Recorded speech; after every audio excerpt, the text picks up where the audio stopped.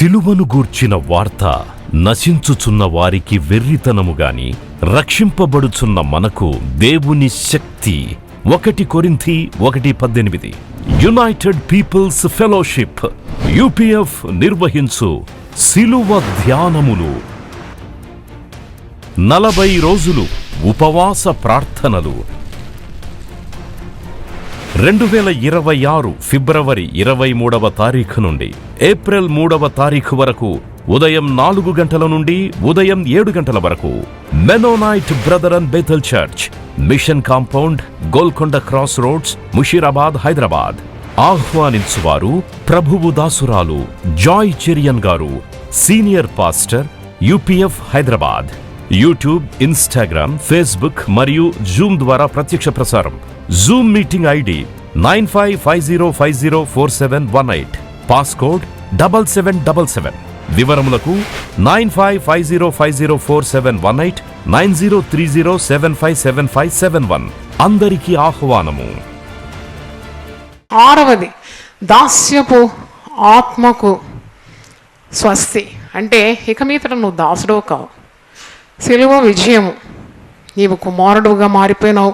రోమీలకు రాసిన పత్రిక 8వ అధ్యాయము మీరు 14 నుండి 17 వచనాలు చూడండి.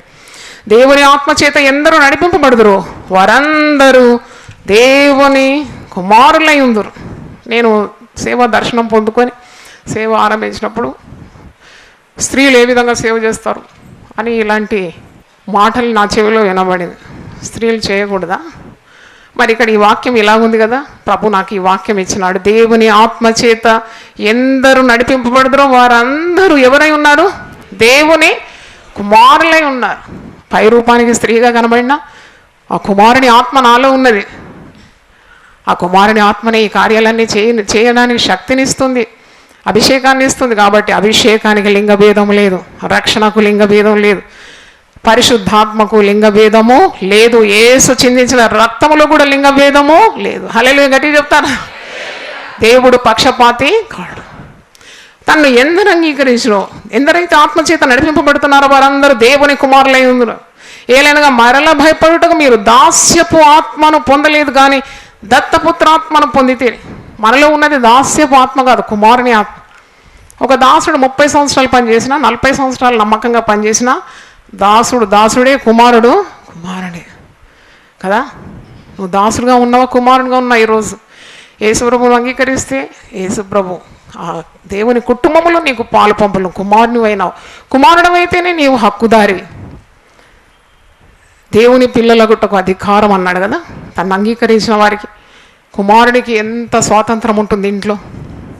కుమారుడైతే మంచం ఎక్కి కూర్చుంటాడు, తల్లిదండ్రులతో నేరుగా మాట్లాడతాడు.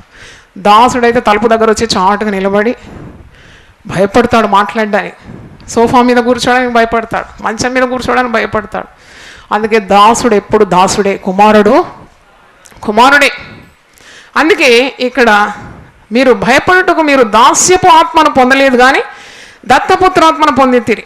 అంటే దేవుడు నిన్ను దత్తత తీసుకున్నాడు, కుమారునిగా ఎంచుకున్నాడు. ఆ ఆత్మ కలిగిన వారమే మనము దేవుని ఏమంటున్నాము? అబ్బా తండ్రి అని మొరపెట్టుచున్నాము. దేవుని స్తోత్రం. చప్పట్లు కొట్టి దేవుని స్తోత్రించారు. ఈ లోకరీతిగా నీకు తండ్రి లేకున్నా తండ్రి అని ప్రార్థిస్తున్నావు. యేసు ప్రభు నీకు అనుగ్రహించిన సిలువ విజయం ఇది. నీవు దాసునివి కావు, నువ్వు స్వతంత్రుడు, కుమారుడు అయితే హక్కుదారుడు, వారసుడు. తండ్రి అని పిలచడానికి యోగ్యత నీకు లభించేది. అబ్బా తండ్రి అని మొరపెడుతున్నాం. 16 చూడండి, రోమా 8:16. మనం దేవుని పిల్లలమని ఆత్మ తానే మన ఆత్మతో కూడా సాక్ష్యం ఇచ్చున్నాడు. మనము పిల్లలమైతే వారసులం, అనగా దేవుని వారసులము, క్రీస్తుతో కూడా మహిమ పొందుటకు ఆయనతో శ్రమపడిన ఎడల క్రీస్తు తోడి వారసులం. ఒకవేళ ఈ లోకంలో నీకు శ్రమ కలిగినా నీవు క్రీస్తు వారసత్వాన్ని అనుభవిస్తున్నావు. ఆయన కూడా శరీరంలో శ్రమపడినాడు కనుక క్రీస్తు మనసు నీవు ఆయుధంగా ధరించుకున్నావు. శ్రమలకు భయపడడం లేదు, శ్రమలను గెలవడానికి ఉన్న శక్తి క్రీస్తు ద్వారా నువ్వు పొందుకుంటున్నావు. గలతీయులకు రాసిన పత్రిక 4వ అధ్యాయము 4 నుండి నేను 7 వచనాలు చదువుతున్నాను. Galatians 4th chapter 4-7. అయితే కాలము సంపూర్ణమైనప్పుడు దేవుడు తన కుమారుని పంపాను. ఆయన స్త్రీ యందు పుట్టి మనము దత్తపుత్రులం కావలెనని ధర్మశాస్త్రమునకు లోబడి ఉన్న వారిని విమోచించుటకై ధర్మశాస్త్రమునకు లోబడిన వాడాయన. చూడండి, ధర్మశాస్త్రాన్ని నెరవేర్చినాడని. మనం చేయాల్సిన పని యేసుక్రీస్తు చేసి ముగించినాడని. ధర్మశాస్త్రం నీ మీద మోపుతున్న రుణాన్ని యేసుప్రభు సిలువలో మరి దాన్ని కొట్టివేసినాడని నీకు అర్థం చేసుకోవాలి. మరియు మీరు కుమారులై ఉన్నందున ఆలోచించండి, మరి మీరు కుమారులై ఉన్నందున నాయనా తండ్రి అని మొర్రపెట్టు తన కుమారుని ఆత్మను దేవుడు మన హృదయంలోనికి పంపాను. దేవుని స్తోత్రం, హల్లెలూయా. అంటే ఈజ్ నిత్యుడగు తండ్రి. యేసు పుట్టుకలోనే ఆశ్చర్యకరుడు, ఆలోచనకర్త, బలవంతుడగు దేవుడు, సమాధానకర్త, అధిపతి, నిత్యుడగు తన ఇటర్నల్ ఫాదర్. మరి నా తండ్రి ఉన్నప్పుడు మేము ఎంతో గౌరవించి మా తండ్రి గారు. తండ్రి చనిపోయిన తర్వాత ఒకలాంటి శూన్యత ఏర్పడేది, కానీ వెంటనే దాని నుండి కోలుకున్నాను. నాకు ఈ లోకరీతిగా తండ్రి మమ్మల్ని వదిలిపోయినాడు, కానీ నిత్యుడకు తండ్రి, I have an eternal father. ఆ తండ్రి నాకు ఆలోచనలు ఇస్తాడు, ఆ తండ్రి నన్ను నడిపిస్తాడు, ఆ తండ్రి నన్ను పోషిస్తాడు, ఆ తండ్రి నాతో ముచ్చటిస్తాడు, ఆ తండ్రి నా మనవులను ఆలకిస్తాడు, ఆ తండ్రి నన్ను జీవితయాత్రలు సురక్షితంగా నడిపిస్తాడు. ఆయనకు మరణం లేదు, చావు లేదు. అంటే ఇలాంటి తండ్రిని నువ్వు కలిగి ఉన్నావంటే కేవలము యేసు ప్రభు సిలువలో చేసిన బలి ద్వారానే. లేకుంటే ఆ పరిశుద్ధుడైన తండ్రి పాపివైన నీకు, ఈ పాపములతో నువ్వు ఉంటే తండ్రితో నీకేం బంధం? ఆయన పవిత్రుడు, మరి నిర్దోషి కదా, పరిశుద్ధుడు కదా తండ్రి. ఆ తండ్రితో నీకు సంధి కలిగింది కేవలము యేసు ప్రభు సిలువ ద్వారా నీకు ఇచ్చిన విజయం. అంటే నీ పాపాన్ని తన రక్తం ద్వారా కప్పివేసినాడు. నీ పరిశుద్ధునిగా చూస్తున్నాడు అన్నమాట తండ్రి, పరిశుద్ధుడైన తండ్రి. నిన్ను హక్కుదారుగా, తన కుమారునిగా, కుమార్తెగా చూస్తున్నాడు. అందుకే నీవు ప్రార్థన చేసినప్పుడు తండ్రి అని ప్రార్థిస్తున్నావు, అబ్బా తండ్రి అని మొరపెట్టుకుంటున్నావు. ప్రార్థన చేసిన తర్వాత ఏమంటున్నావు? యేసు నామములో అడిగి వేడుకుంటున్నాను తండ్రి. మళ్ళా యేసు నామము నీకు ధరింపజేసినాడు సిలువ మరణం ద్వారా. అందుకే నీవు ఇలాగూ మరి తండ్రి తను కుమారుని ఆత్మను నీలో ఉంచి నువ్వు దాసుడవు కావు, దాస్యపు ఆత్మ తొలగిపోయింది. అందుకే 7వ వచనం, కాబట్టి నీవు ఇక దాసుడవు కావు, కుమారుడవే. కుమారుడు అయితే దేవుని ద్వారా వారసుడు. దేవుని స్తోత్రం, హల్లెలూయా. యేసు ప్రభు సిలువలో తన అమూల్యమైన రక్తాన్ని చిందించిన ద్వారా అబ్రహాముకు దేవుడు చేసిన వాగ్దానాలన్నిటికీ నువ్వు వారసత్వం పొందుకుంటున్నావు కదా. పరిశుద్ధ గ్రంథంలో అబ్రహాంకి ఇచ్చిన వాగ్దానం మనకు ఎలా వర్తిస్తుంది? యాకోబుతో చెప్పినాడు కదా, నేను ఇచ్చు మాట నెరవేర్చే వరకు నిన్ను నేను విడవను. అది నాకు ఎలాగ వర్తిస్తుంది? ఇస్సాకుకి ఇచ్చిన వాగ్దానం నాకు ఎలాగ వర్తిస్తుంది? యెహోషువకు అన్నాడు, నేను నీకు తోడై ఉన్నాను, మోషేకు తోడై ఉన్నట్టు నీకు తోడై ఉన్నాను, నడుచు మార్గం అంతట్లో నేను నీకు తోడై ఉన్నాను అంటే నాకు ఎలా వర్తిస్తుంది? మనమైతే పరిశుద్ధ గ్రంథంలో ఉన్న వాగ్దానాలన్నీ మనం పొందుకుంటున్నాం. పాత నిబంధనలు, కృత నిబంధనల వాగ్దానాలన్నీ మనమైపోయినాయి. మన మీద ఉన్న శాపము కొట్టివేయబడింది యేసు ప్రభు సిలువ మరణం ద్వారా. ఇక మనం శాపగ్రస్తులం కాము, మనం ఆశీర్వాదానికి వారసులం. చప్పట్లు కొట్టి దేవుని స్తుతించండి, హల్లెలూయా.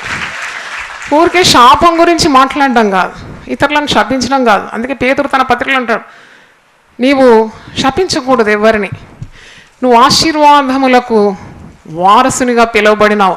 1 పేతురు 3వ అధ్యాయము 9వ వచనం చూడండి.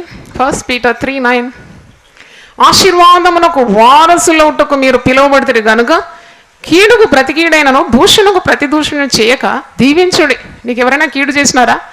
Bless them. ఎందుకంటే నీవు ఆశీర్వాదానికి వారసుడుగా పిలువబడినావు. ఆశీర్వాదాలన్నీ నీవే, నీకే కీడు తగలదు. నీవు కీడును కూడా మేలుతో జయించు. నిన్ను శపిస్తే నువ్వు దీవించు, ఎందుకంటే నీకు తప్పకుండా దీవెనలన్నీ నిశ్చయముగా ఉంది. ఆయన నిన్ను వారసునిగా చేసినాడు. నువ్వు దాసుడవు కావు, కుమారుడవు. కుమారుడవు అయితే దేవుని ద్వారా వారసుడవు. అర్థమైతే ఒకసారి చప్పట్లు కొట్టి దేవుని స్తుతిద్దాం, హల్లెలూయా. మరి కుమారత్వంలోకి ఆయన నిన్ను పిలుచుకున్నాడు. 7వ చూసినప్పుడు ఆయన ఇచ్చిన అధికారం ఎలాగుంది? యోహాను సువార్త 1వ అధ్యాయము ఒకసారి జ్ఞాపకం చేస్తాను. యోహాను 1:12, 11 నుండి చదువుతున్నాను. ఆయన తన స్వకీయుల యుద్ధకు వచ్చిన ఆయన స్వకీయులు ఆయనను అంగీకరింపలేదు, కానీ తను ఎందరు అంగీకరించరు వారికందరికి అనగా తన నామమందు విశ్వాసం ఉంచిన వారికి దేవుని పిల్లల గుట్టుకు ఆయన అధికారము అనుగ్రహించాను. 16వ వచనం, ఆయన పరిపూర్ణతలో నుండి మనమందరము కృప వెంబడి కృపను పొందితిమి. దేవుని స్తోత్రం. అంటే యేసు ప్రభు మన కొరకు తన ప్రాణమే అర్పించినాడు.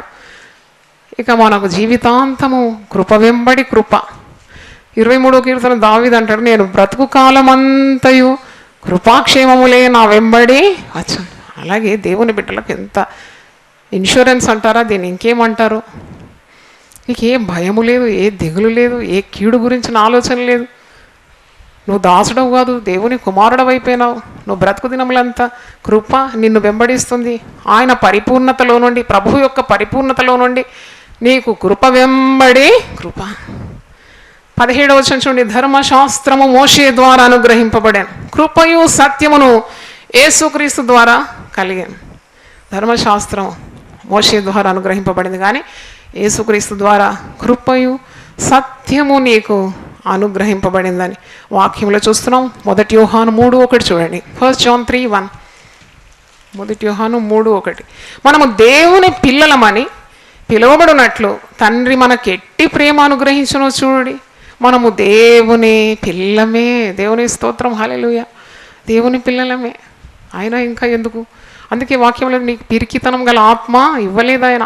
శక్తియు ప్రేమయు శక్తి గల ఆత్మని ఇచ్చినాడు. ఇంద్రియ నిగ్రహం గల ఆత్మని ఇచ్చినాడు. నిగ్రహ శక్తి నీకు ఇచ్చినాడు. ఎందుకంటే నీవు సమస్య రాగానే ఆత్మహత్య ఎందుకు చేసుకోవడం లేదు? యేసుప్రభు బిడ్డలు ఎందుకు ఆత్మహత్య చేసుకోరు? ఎందుకంటే వారికి వారి సమస్యలో గొప్ప విడుదల కలుగుతుందని నమ్మకం. యేసుప్రభు నామము అన్ని నామంలో కంటే గొప్ప నామం. ఆ నామంలో ప్రార్థన చేయడానికి నీకు విజయం లభిస్తుంది. నువ్వు దేవుని కుటుంబంలో ఉన్న వారసుడవు, నువ్వు దేవుని బిడ్డవు కాబట్టి ప్రార్థన చేస్తున్నావు, విడుదల పొందుతున్నావు. కానీ ఈ అధికారం కలిగిన నీవు మర్చిపోతావు. చాలాసార్లు ఊరికే భయపడుతూ ఉంటావు. ఇరుపరు వారికి నీ సమస్యలు చెప్పుకొని వారి ముందు చులకనైపోతూ ఉంటావు. మంత్రశక్తులను ఆశ్రయిస్తావు, చీకటి శక్తులను ఆశ్రయిస్తావు, క్షుద్ర పూజలను ఆశ్రయిస్తావు. సమస్యల నుండి విడుదల, అది దేవుని నామానికి ఎంత అవమానకరం. యేసు ప్రభువు నిన్ను ప్రాణం పెట్టినంతగా ప్రేమించి నీకు ఇన్ని విజయాలు సాధించి ఇచ్చినప్పుడు ఆ విజయము తెలవకుండా ఎంతగా నీవు క్షీణించిపోతున్నావు. కాబట్టి ఈరోజు ప్రభు మనతో మాట్లాడుతున్నాడు. 7 విజయాలు మన కొరకు సిలువలో సాధించినాడు. సిలువ విజయం మొదటి చెప్పండి. ధర్మశాస్త్రంపై విజయము. రెండవది పాపముపై విజయము. మూడవది మరణంపై విజయము. అపవాది క్రియలపై విజయము. సాతానుపై విజయము. దాస్యపు ఆత్మకు స్వస్తి. మరి 7వది దేవుని కుమారులుగా ఉండుటకు అధికారం. దేవునికి స్తోత్రం. చప్పట్లు కొట్టి దేవుని మహింపరుస్తాం. క్రీస్తు మనల్ని ఎల్లప్పుడూ విజయోత్సవంగా ఊరేగిస్తూ నడిపిస్తాడు. అన్నిటి మీద అత్యధికమైన విజయాన్ని విశ్వాసిగా నీవు పొందుకున్నావు. నీవు దాసుడవు కావు, కుమారుడవైతే వారసుడవు, దేవుని కుటుంబంలో పుట్టినవాడు. పిల్లలగుటకు నీకు అధికారము దేవుడు అనుగ్రహించినాడు. తండ్రి నీకు మరి ఏవేవి ఇంకా సిద్ధపరిచినాడో అది ఏ కంటికి కనబడలేదు, చెవికి వినబడలేదు, హృదయానికి గోచరం కాలి. మనం దేవుని పిల్లలమని ఆత్మ మనకు బోధిస్తున్నాడు. దేవుని స్తోత్రం. కనుక విశ్వాసులైన వారు ఉదయం లేవగానే పిల్లిని చూసినావు, నీ మార్గంలో పిల్లి దాటిపోయింది, ఇక నువ్వు పోవు, లేకుంటే ఒక నిమ్మకాయ ఉంది నీ ముందు, ఇలాంటి కుంకుమ కనబడ్డది, ఇలాంటి వాటికి అస్సలు మనము భయపడకూడదు. ఏ మంత్రం కానీ ఏ తంత్రం కానీ నిన్నేమీ చేయలేదు. ఎందుకంటే సాతాను ఓడిపోయినాడు. నమ్మాలి. దేవుడు నీకు గొప్ప ప్రయోగాలు సిలువలో చేసినాడు కదా. అందుకే ఇలాగూ సేవకులు బోధకులు ఇలాగంటే విశ్వాసుల సంగతి ఎలాగూ. కాబట్టి ఈ విజయాలన్నీ కూడా నువ్వు ధ్యానించాలి. సిలువను కేవలం 40 రోజులు ధ్యానించడం కాదు, ప్రతిదినం ధ్యానించాలి. అదే నీకు శక్తి. దేవుని స్తోత్రం. సిలువ ధ్యానం ప్రతిరోజు ఉండాలి. తలలు వంచండి, ప్రార్థన చేసుకుందాం. హల్లెలూయా, హల్లెలూయా. ప్రభువా నీ పరిశుద్ధ నామమునకు స్తోత్రం. సిలువపై విజయము మేము ఈరోజు ధ్యానించినాం. ధర్మశాస్త్రంపై విజయం మాకు అనుగ్రహించినాం. ధర్మశాస్త్రం నెరవేర్చడానికి మాకు శక్తి చాలదు నాయన. ఆ రుణాన్ని నీవు సిలువకు కొట్టినావు, మేకులతో కొట్టి వేసినావని. సాతానును వాని అనుచరులను బంధించి బహాటంగా వేడుకు కనపరిచినావని, సిగ్గుతో వారిని నింపినావని, అవమానపరిచినావని దేవుని బిడ్డలకు విజయాన్ని ఇచ్చినావని మేము వాక్యం ద్వారా నేర్చుకుంటున్నాం. అలాగే తండ్రి, పాపంపై మాకు విజయం అనుగ్రహించినాం. మేము పాపము చేసి మరణించవలసిన స్థానంలో నీవు మా కొరకు మరణించి నీ రక్తం ద్వారా ప్రభువా విజయము, పాపం మీద ప్రభుత్వం మాకు అనుగ్రహించినందుకు వందనాలు చెల్లిస్తున్నాను. మరణముపై మాకు విజయం ఇచ్చినావు. మరణమా నీ ముల్లెక్కడ? ఓ మరణమా నీ విజయం ఎక్కడ? మరణపు ముళ్ళు పాపము, ఆ మరణపు ముళ్ళను సిలువలను త్రెంచివేసి ఈ బిడ్డలకు నీవు మరణ భయము లేకుండా, జీవితాంతము మరణం భయము లేకుండా ఆ దాస్యత్వం నుండి విడిపించినందుకు వందనాలు చెల్లిస్తున్నాను. అయినా మరణము రుచి చూడకుండా నిత్య జీవము మాకు అనుగ్రహించినావు. నీ కుమారుని యందు విశ్వసించువానికి నాశనము లేదు, నిత్య జీవానికి వారసుడైపోతున్నాడు. నశించడం లేదు, జీవాన్ని పొందుకుంటున్నాడు. అయినా నీకు వందనాలు చెల్లిస్తున్నాం. అలాగే తండ్రి, అపవాది క్రియలను నీవు లయపరిచినందుకు వందనాలు చెల్లిస్తాం. ఇంకా మేము అపవాదికి భయపడే అవసరం లేదు. ఓడిపోయిన శత్రువుకు మేము భయపడే పని లేదు. అయినా మాకు అపవాది క్రియల మీద విజయం ఇచ్చినావు. నీ బీజం మాలో నిలుస్తుంది కాబట్టి మేము పాపము చేయలేం. పాపము మీద అధికారము మాకున్నది. పాపము జయించగలుగుతున్నాము నీ పేరట. అవును తండ్రి, వందనాలు చెల్లిస్తున్నాం. సాతాను మా కాళ్ళ క్రింద శీఘ్రంగా చితుకు తొక్కిస్తానన్నావు. సాతాను ఓడిపోయింది సిలువలో. ఓడిపోయిన శత్రువుకు మేము ఇంకా భయపడే అవసరం లేదు. అయినా నీకు వందనాలు చెల్లిస్తున్నాము. అలాగే తండ్రి, మరి దాస్యపు ఆత్మను నువ్వు తొలగించి కుమారుని ఆత్మను మాకు అనుగ్రహించినందుకు నీకు స్తోత్రం. నిన్ను ఎంతవరకు అంగీకరించినావు వారికి అందరికీ కుమారుల గుట్టుకు నీవు అధికారం ఇచ్చినావు అని చివరిగా మేము ధ్యానించినాం.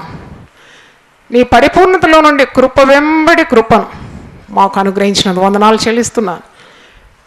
అయినా దాసుడు దాసుడే, కుమారుడు కుమారుడే. ఎన్ని సంవత్సరాలు వాడు దాసునిగా ఉన్నా కుమారుడిగా కాలేడు. కానీ నిన్ను మేము స్వీకరించినప్పుడు మా కొరకు నువ్వు సిలువలోని విలువైన ప్రాణాన్ని, అమూల్యమైన రక్తమును చెందించినావని, మా పాపముల నిమిత్తమే నీవు ఈ విలువ చెందించినావని మేము ఎప్పుడైతే నమ్ముతామో, హృదయమందు విశ్వసించి నోటితో ఒప్పుకున్నప్పుడు మేము రక్షింపబడతామని నీ వాక్యం ఘోషిస్తుంది. రక్షింపబడిన వారమైతే మేము దేవుని కుటుంబంలో జన్మించినాం. దేవుని కుటుంబంలో మేము జన్మిస్తే దేవుని పిల్లలుగా మారిపోతున్నాం. దేవుని పిల్లలమైతే దేవుని ఆశీర్వాదాలకు వారసులమైపోతున్నాం. అవును తండ్రి, ఆశీర్వాదమునకు వారసులోట్టుకు మమ్మల్ని పిలిచినావు. కీడుకు ప్రతి కీడు మేము చేయకుండా, దూషణకు ప్రతి దూషణ చేయకుండా మమ్మను బాధ పెట్టే వాడిని కూడా దీవించే శక్తి మాకు దయచేయమని ప్రార్థన చేస్తున్నాం. గొప్ప దేవ, సిలువ విజయాన్ని మేము ధ్యానించినాం. ఈ విజయము మా హృదయంలో భద్రపరుచుకొని అపవాదిని ఎదిరించడానికి ఉన్న శక్తి మాకు దయచే. దేవునికి లోబడి ఉండు, అపవాదిని ఎదిరించుడి, వాడు మీ యొద్ద నుండి పారిపోనని నువ్వు వాక్యం సెలవిచ్చినావు. నీ పరిశుద్ధాత్మ శక్తిని మాకు అనుగ్రహించినావు. ఆదరణకర్తకు పరిశుద్ధాత్మ మీతో ఎల్లకాలం ఉండునని వాగ్దానం చేసిన దేవుడు మా హృదయాలను గొప్ప మార్పు తీసుకుని రమ్మని యేసు అతి పరిశుద్ధ నామములో అడిగి వేడుకుంటున్నాను తండ్రి. ఆమేన్. దేవుడు మనల్ని సమృద్ధిగా దీవించును గాక. ఆమేన్. హల్లెలూయా.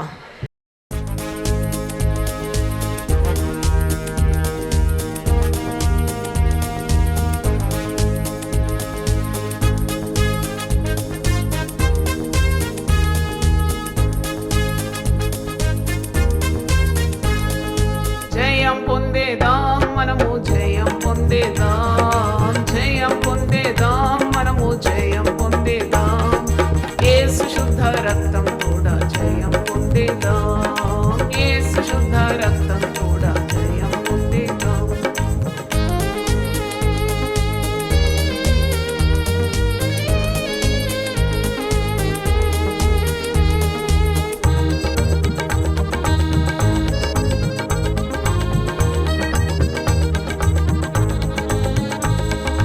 కల్వారిపై చిందినట్టి పరిశుద్ధ రక్తం, కల్వారిపై చిందినట్టి పరిశుద్ధ రక్తం, కాచిన వెంటనే పారి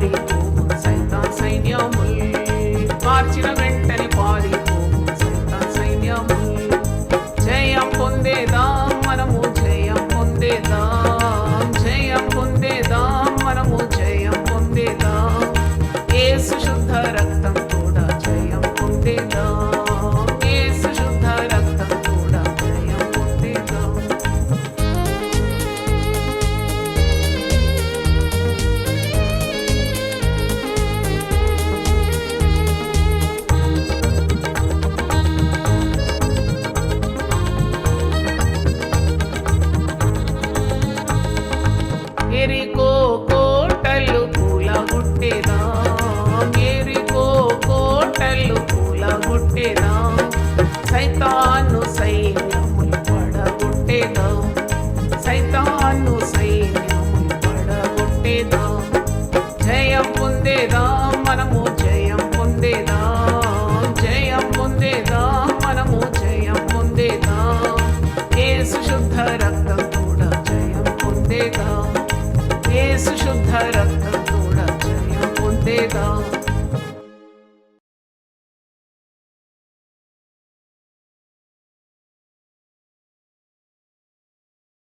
ప్రతిదినం దేవునితో నేను. కుటుంబ వ్యవస్థలు, జీవన విలువలు అస్తవ్యస్తంగా మారుతున్న ఈ రోజుల్లో ప్రభువు దాసురాలు రెవరెండ్ డాక్టర్ జాయ్ చెరియన్ గారు దైవ దర్శనంతో ప్రభువు సన్నిధిలో కనిపెట్టి పొందిన 366 విభిన్న ధ్యానాంశములను ప్రతిదినం దేవునితో నేను అనే పుస్తక రూపంలో ప్రపంచానికి అందించారు. ఇది అనేకుల జీవితాలను ప్రభావితం చేసే ఒక విలక్షణమైన గ్రంథము. పరిశుద్ధాత్మ దేవుడు ఈ పుస్తకమును పఠించే ప్రతి ఒక్కరిని స్పృశించి శక్తితో నింపునుగాక. ఈ పుస్తకాలిప్పుడు అందరికీ అందుబాటులో ఉన్నాయి. ఈ నూతన సంవత్సరంలో దీనిని మీరు ధ్యానించండి, మీ బంధుమిత్రులకు ఆత్మీయ బహుమతిగా అందించండి. పుస్తక ప్రతుల కొరకు సంప్రదించవలసిన ఫోన్ నంబర్లు 9550504718, 9030757571.